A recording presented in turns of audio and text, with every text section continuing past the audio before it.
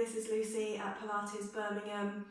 I've been asked to do a tutorial video on the flow between upwards dog and downwards dog.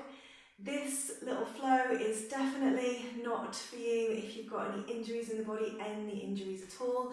This is a very advanced posture, goes back to the days when I used to teach an advanced class some years ago. So really it's just for you improvers and people that are looking for a little bit of a strength train.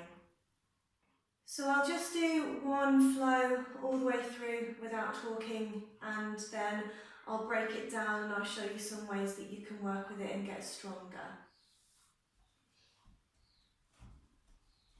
So we're just imagining that we've come down from standing and we've arrived at our plank position. So it starts with an in-breath.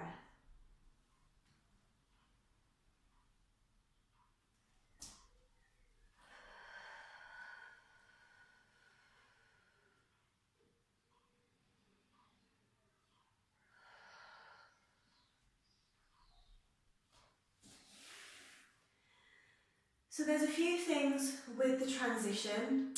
The rolling over the feet really helps, but you don't have to do that if you find that uncomfortable with your toes or your ankles. You can just place your feet in a different way.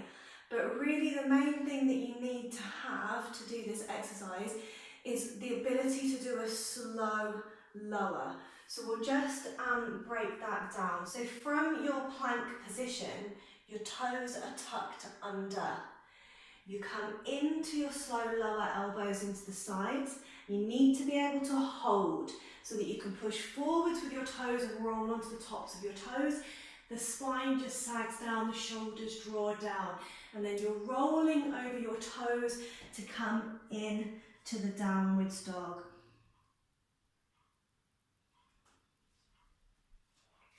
So it's that ability to roll over the toes and push forwards that gives you the flow to move backwards and forwards in the posture.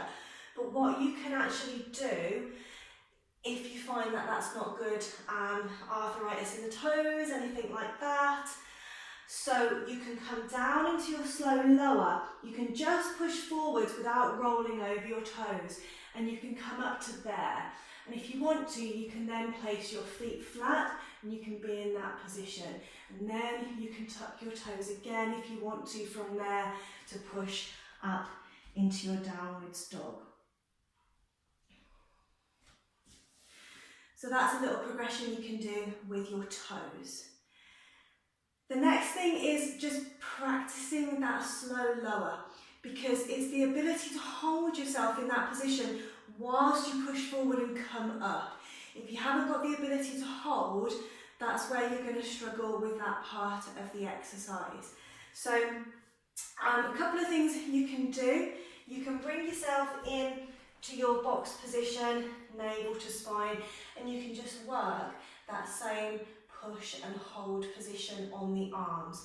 So you can come down and you can just see how long you can hold it. Elbows are into the sides. And then seeing if you can push back up again. So you're literally just working that arm strength. So you can come down, elbows into the sides, hold, hold, hold, as long as you can, and then coming down. You can progress that to having your knees a bit further back. Try not to sag through the spine with this bit, keep a good tone through the abdominals, and again you can come down and hold, hold, hold for as long as you can. Elbows are drawing into the sides and then pushing up. So those are good little arm drills you can use to practice getting that slow lower, push forwards and up. Things that you can do to keep the flow in the exercise if you don't have the ability to roll the toes, and if you don't quite have the strength yet to do your slow lower and hold, you can use your knees. So you can do like a little modified transition. So you can come from your plank, you can come down as far as you can, and then you can drop your knees and come further down. And then you can do your push-up from there, and you can have that whole lower part of the leg down with the feet flat, drawing your shoulders down from the ears. And then you can come down again, and you can then tuck your toes and bring yourself up into your downwards dog. So you're still maintaining the flow, but you're just taking all of the intensity out of it and making it a little bit more accessible. And I tend to do that version of the flow in my classes all of the time now, because I'm getting older and my clients are a lot older than me, and the other version is just really, really hard, so I do use that modified version all of the time now. Good, I really hope that's helped, and do get in touch if you want me to make videos for you. I really enjoy doing these request videos, so do let me know.